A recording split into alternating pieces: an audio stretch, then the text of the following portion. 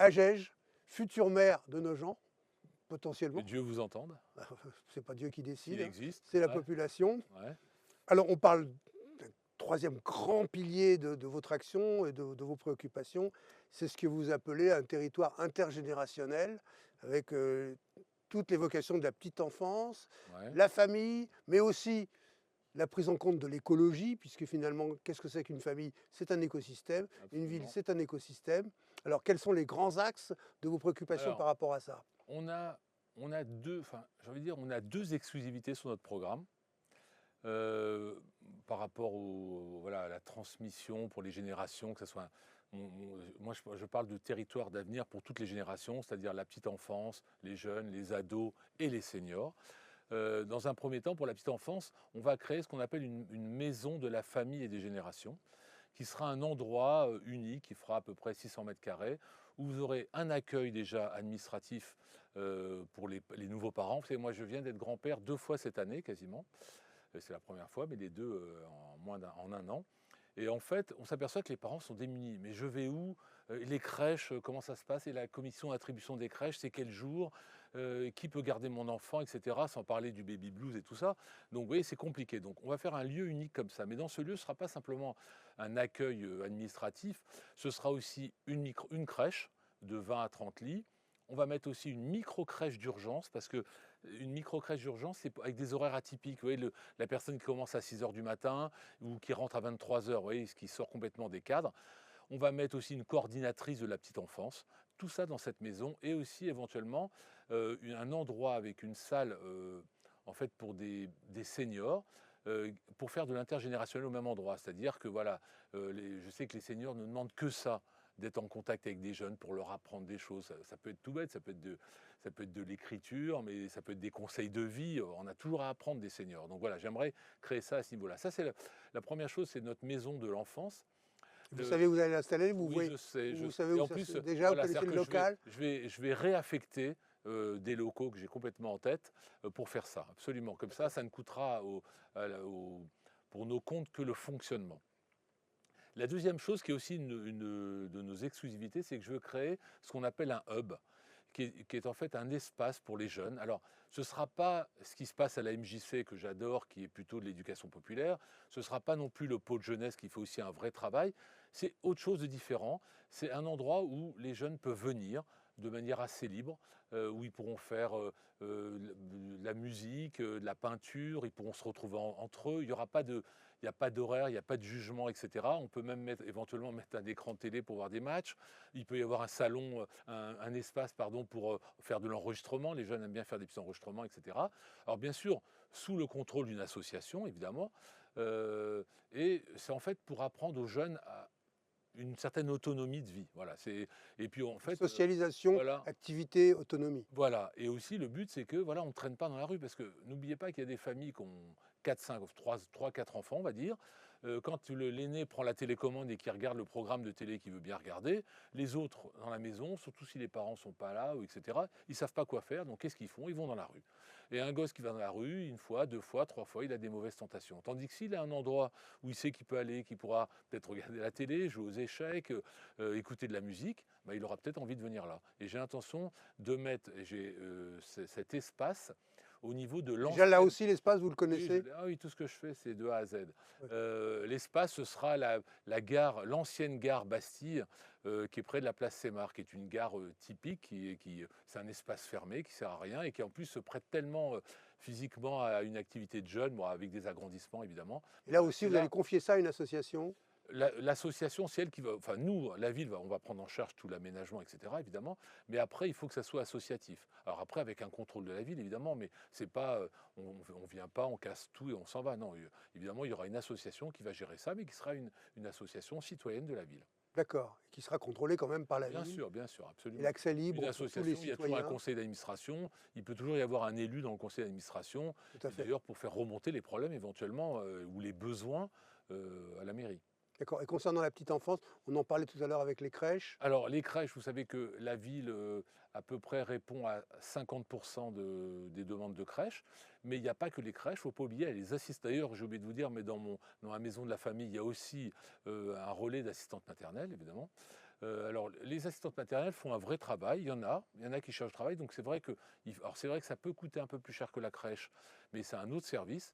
Mais c'est vrai que dans mon combat, c'est avec mon combat avec les promoteurs, qui est un combat voilà, gentil, mais le problème c'est que les promoteurs, maintenant, quand on va construire de l'immobilier, moi, la condition sine qua non pour construire à Nogent, c'est qu'on fait des immeubles mixtes, c'est-à-dire que les rez-de-chaussée sont réservés ou pour une crèche, ou pour une association, enfin, ou un espace de vie, mais on ne construit plus du cinquième étage qu'au rez-de-chaussée.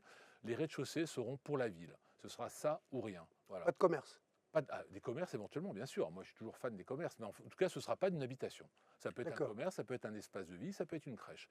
Et vous savez que quand vous négociez avec les promoteurs, c'est avant la signature qu'on peut négocier, parce que quand c'est signé, c'est fini. C'est mort, ouais. Donc, on leur dira, voilà, à nos gens, maintenant, on construit de la qualité, on ne construit pas tout, n'importe comment. C'est terminé, ça. On construit pour la ville. Si vous ne voulez pas, bah, allez construire ailleurs, c'est tout. Non, on construit la citoyenneté, d'une certaine façon. Exactement. Voilà, ça c'est très important. Comme les logements sociaux, c'est fini les barres d'immeubles où il y a du 100% logement social. Moi, je suis archi contre ça. J'ai vécu là-dedans, donc je sais ce que c'est. On ne fait pas du 100% logements sociaux. On met des logements sociaux dans tous les immeubles neufs pour une forme de mixité sociale. Voilà, c'est ce que je recherche. Alors, je vois aussi le mot écologie Ouais. dans vos préoccupations. Ah oui, mais comment ne pas être préoccupé par l'écologie? Pour moi, l'écologie au sens large, bon, je ne parle pas des... Bon, évidemment, il y a les gaz à effet de serre, etc. Mais bon, à mon petit niveau, c'est surtout apprendre les gestes aux gens, etc. Mais pour moi, l'écologie, c'est mieux respirer. Donc, mieux respirer, c'est déjà... On a proposé en 2020 un système de navette électrique qui va sillonner toute la ville pour que les gens prennent la navette, qui sera gratuite pour eux, et pour éviter de prendre la voiture pour aller acheter une baguette de pain. C'est mieux manger. Je veux stopper l'alimentation industrielle qu'on a à nos gens, qui est servie, voilà, une alimentation industrielle. Moi, je veux une alimentation faite sur place, avec, pour que les enfants sachent qu'une pomme de terre, c'est rond et c'est pas carré. Voilà, je veux éduquer les enfants sur l'alimentation, des circuits courts, du bio. Voilà, c'est ça pour moi. Et puis, évidemment, mieux respirer, c'est, outre le fait des voitures, parce que les voitures qui stationnent, qui font des embouteillages dans la rue, c'est des gaz d'échappement. Les gaz d'échappement, c'est des des nanoparticules. Et ces nanoparticules tuent 40 000 personnes par an en France. Et surtout des jeunes, puisque c'est à hauteur des jeunes. Donc voilà, donc, je vais essayer de faire pour que les voitures ne stagnent pas. Je ne suis pas contre la voiture, mais s'ils pouvaient aller se garer directement dans les parkings ou prendre la navette électrique, c'est encore mieux. Voilà, c'est ça l'écologie pour moi, dans son sens. Et puis évidemment, les arbres, vous savez que planter des arbres, ça diminue la température de 2 degrés, ouvrir des squares, mettre de l'eau, enfin, tellement de choses à faire. Mais Et bon, la ça, c'est... cohabitation entre les différents modes de mobilité. Tout à l'heure, vous disiez que vous étiez à la fois motard. Ouais, ben, c'est simple, les piétons, on fait ce qu'il faut pour eux. C'est-à-dire que c'est quoi un piéton? C'est quelqu'un qui ne veut pas se faire écraser. Donc on met des passages cloutés surélevés, éclairés, on met des trottoirs où on ne tombe pas. Les automobilistes, pour pas qu'ils tournent sans arrêt dans la ville, on met des systèmes lumineux pour savoir que dans tel parking, il reste tant de place. À nos gens, ça n'existe pas, on peut tourner pendant 2 heures sans trouver le parking. Pour les cyclistes, on leur fait des voies protégées. Nogent est un nœud au niveau des vélos, de banlieue à banlieue, ça bloque toujours à Nogent, parce qu'il n'y a rien n'a été fait pour les vélos à Nogent. Donc on va mettre des Il n'y a pas de piste cyclable à Nogent? Il n'y en a quasiment pas. Donc on va mettre des pistes cyclables bidirectionnelles sur les grandes artères qui amènent à Nogent pour que les gens passent de banlieue à banlieue. Et on va mettre des pistes cyclables protégées pour qu'un père ou une mère se promène avec ses enfants en toute sécurité. Le but étant de pouvoir aller du centre-ville vers les bords de Marne ou du centre-ville vers le bois. Il y a des vélos en location à Nogent ou pas? Il y a un système de vélo en location, absolument, un Vélib qui existe. Ça donne quoi? Mais il y a de mémoire, il y a 3 centres de vélo et ça fonctionne. Mais les gens les prennent surtout pour aller ailleurs, pas tellement pour circuler dans nos gens en fait. Ouais. Mais par contre, on peut aussi aider les gens à acheter des vélos. Dans mon programme sur les vélos, il y a aussi l'éducation au vélo, c'est-à-dire prendre des classes et faire des stages avec des professionnels du vélo pour leur apprendre à faire du vélo. Un enfant de 10-11 ans doit pouvoir se balader dans nos gens en toute sécurité, tout seul, sans ses parents. Voilà, c'est ça en fait, il faut... Et à pied aussi. À pied, évidemment. Zone piétonne, vous allez les... Ah, gros sujet, Ah ouais, hein. gros sujet, c'est très clivant. Paradoxalement, c'est les commerçants qui sont contre. Bah oui. C'est quand même bizarre. Alors que quand on regarde les expériences dans toutes les villes, on prend Vincennes par exemple, au début quand il y a eu la zone piétonne, les commerçants ont hurlé, baisse de chiffre d'affaires, Ouais. maintenant ils sont tous contents. Voilà.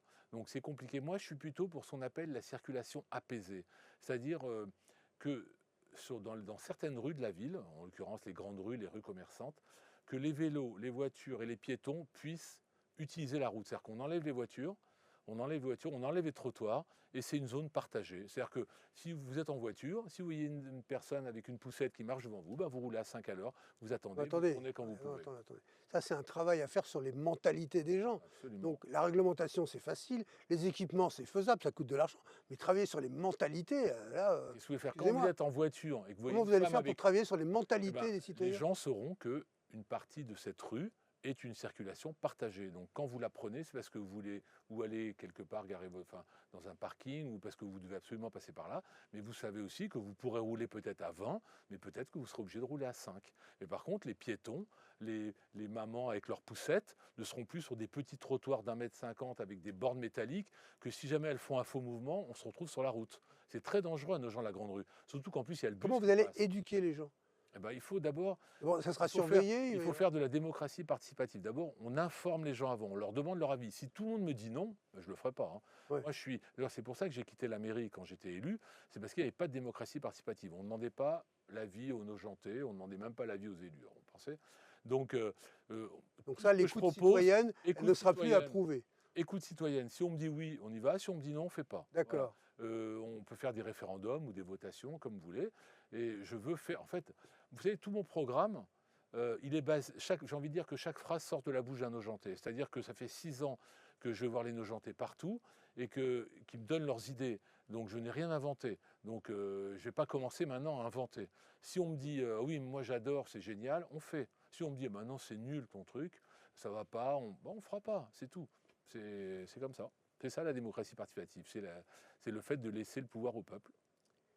Qu'est-ce qu'il y a d'autre qu'on n'a pas évoqué, qui vous tient à cœur, dont vous aimeriez parler, et qui pourra peut-être, alors, le en tant que 15 veto, je peux vous mars, qui aura fait la différence? en tant que veto, je peux vous parler quand même des animaux un petit peu. Oui. Moi, je voudrais que nos gens soient la ville amie des animaux. Vous savez que quand même un foyer sur 2 a un animal de compagnie, c'est quand même pas rien, un chien ou un chat.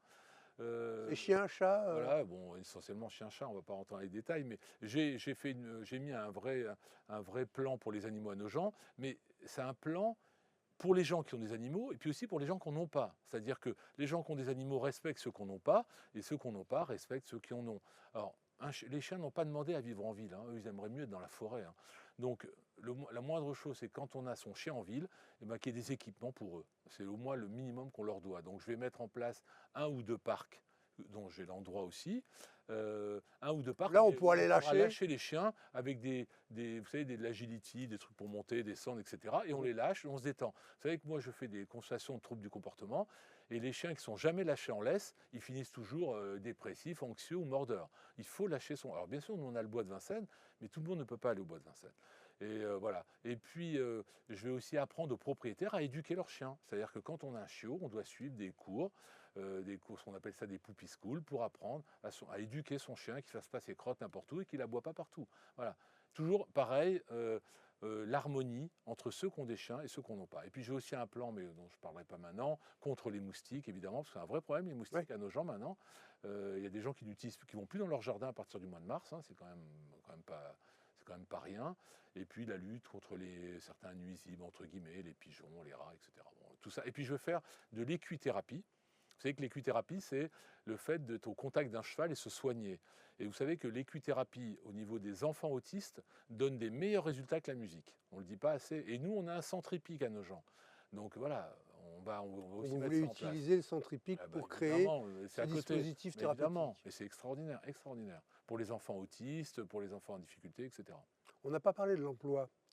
Chômage, emploi. Alors l'emploi, à mon niveau, ce que je vois surtout, c'est les jeunes. C'est-à-dire qu'on va organiser au niveau du pavillon Baltard, d'ailleurs, des forums où on fera venir des industriels et des jeunes pour chercher du boulot. Et aussi, on va mettre en place une plateforme. Il existe une plateforme dont j'ai oublié le nom, mais elle est marquée sur mon programme de mémoire. Une plateforme, en fait, où, d'ailleurs, c'est territorial, en fait, c'est-à-dire que ça ne nous coûte rien. Et on met en contact des jeunes avec des professionnels. Mais quand je dis des jeunes, ça peut être des très jeunes. C'est-à-dire que ça peut être aussi pour trouver un stage quand on est en 4e ou en 3e. Stage d'observation. Chez le vétérinaire, comme par hasard, etc. Mais, et puis ensuite, ça va jusqu'à des stages d'1 mois, d'1 an, de l'alternance et trouver du boulot. Donc on s'inscrit, on donne ses priorités et les industriels viennent faire leur pêche. Donc voilà. L'implantation d'entreprises. Alors l'implantation d'entreprise, c'est très important aussi. On parlait des commerces, mais là, il y a l'entreprise aussi. Absolument. Donc moi, je suis allé à Vivatech, justement, Et j'ai pris, enfin, une petite anecdote, j'ai rencontré un Allemand qui fait venir des entreprises en France, des startups, etc. Puis j'ai pu lui parler en direct. D'ailleurs, il y avait l'ambassadeur qui était là. Et je lui ai dit, bah, nous, on a une ville, vous savez, on a le bois, on a la Marne, on a des écoles scolaires avec des très bons niveaux, on a un marché sympa, etc. Il m'a dit, ah, c'est bien, c'est ici les Moulineaux. Je fais, non, non, c'est pas ici les Moulineaux, c'est Nogent-sur-Marne. Parce que pour les Allemands, quand on vient s'implanter, c'est ici les Moulineaux. Voilà, ça vient du travail sûrement de Santini à l'époque. Oui, Santini Voilà, a voilà. Et donc, moi, médiatisé aussi, hein. alors moi, je lui ai dit, écoutez, moi, j'ai ce qu'il faut pour vous accueillir des startups allemandes. On a des belles écoles, on a un centre d'affaires Baltard près du RER, on ne peut pas faire mieux. Donc voilà, alors après, je n'ai pas pu aller plus loin, je ne suis pas maire. Mais en tout cas, j'ai gardé les coordonnées. Et sachez que si jamais les Nogentais me font confiance, c'est aussi des premières personnes que je vais appeler, évidemment. On est dimanche 15 au matin. Vous avez un message à faire passer aux citoyens. La caméra est là, vous avez 1 minute. Alors, j'ai envie de leur dire d'abord, allez voter. Ça, c'est très important. Les gens se sont battus pour que vous puissiez voter. Votez pour n'importe qui, pour moi ou pour quelqu'un d'autre, c'est pas grave. Allez voter pour qu'on ait le vrai reflet de la ville. Si jamais vous savez que vous n'êtes pas là, eh ben, faites une procuration, parce que c'est quand même dommage d'avoir un taux d'absentéisme important. Et enfin, je vous dirais, évidemment, j'ai envie de vous dire, votez pour notre équipe, parce que cette équipe, c'est une équipe qui n'est pas politique. Les gens viennent de la société civile. Je me suis entouré de gens qui sont des experts. J'ai un expert en écologie, en urbanisme, en finance, etc. Je me suis détaché des partis politiques. J'ai moi-même une opinion politique. Notre liste, elle va du centre droit jusqu'à la droite. Mais j'ai refusé des investitures. J'ai 2 partis qui m'ont proposé investiture, j'ai refusé. Alors bien sûr, j'ai des soutiens de partis. Je ne peux pas refuser qu'un parti me soutienne, mais par contre, j'ai refusé toute investiture parce que je veux rester indépendant. Mon seul but, c'est Nogent, c'est tout. Voilà, j'ai fait veto, maintenant j'ai envie de faire maire et je voudrais qu'on dise au bout de 6 ans, ben, ah là, on a vu la différence. Voilà, c'est mon seul but. Alors, essayez de voter pour la liste Ambition de mieux vivre à Nogent. Alors rendez-vous peut-être dans 15 jours, et puis la semaine Au second tour, au second j'espère. tour, Voilà. et puis pourquoi pas dans 6 ans. Absolument. Donc on verra. Pour l'instant, j'ai un plan, même dans ma tête, j'ai un plan pluriannuel. Et voilà, je sais ce que je vais faire pendant 6 ans et je peux vous dire que les Nogentais vont voir la différence. Sans toucher au budget, sans toucher aux finances, sans augmenter les impôts, je le répète. Merci à vous, Gilles Agege. Ben, je vous Merci remercie à pour votre Delsas accueil. Média, merci à toute l'équipe technique, Océane Boyard pour la réalisation, notre big boss Frédéric Delalande. Et puis, on se retrouve pour un prochain Les élus du 9-3 et à côté sur Delsas Média pour News 93.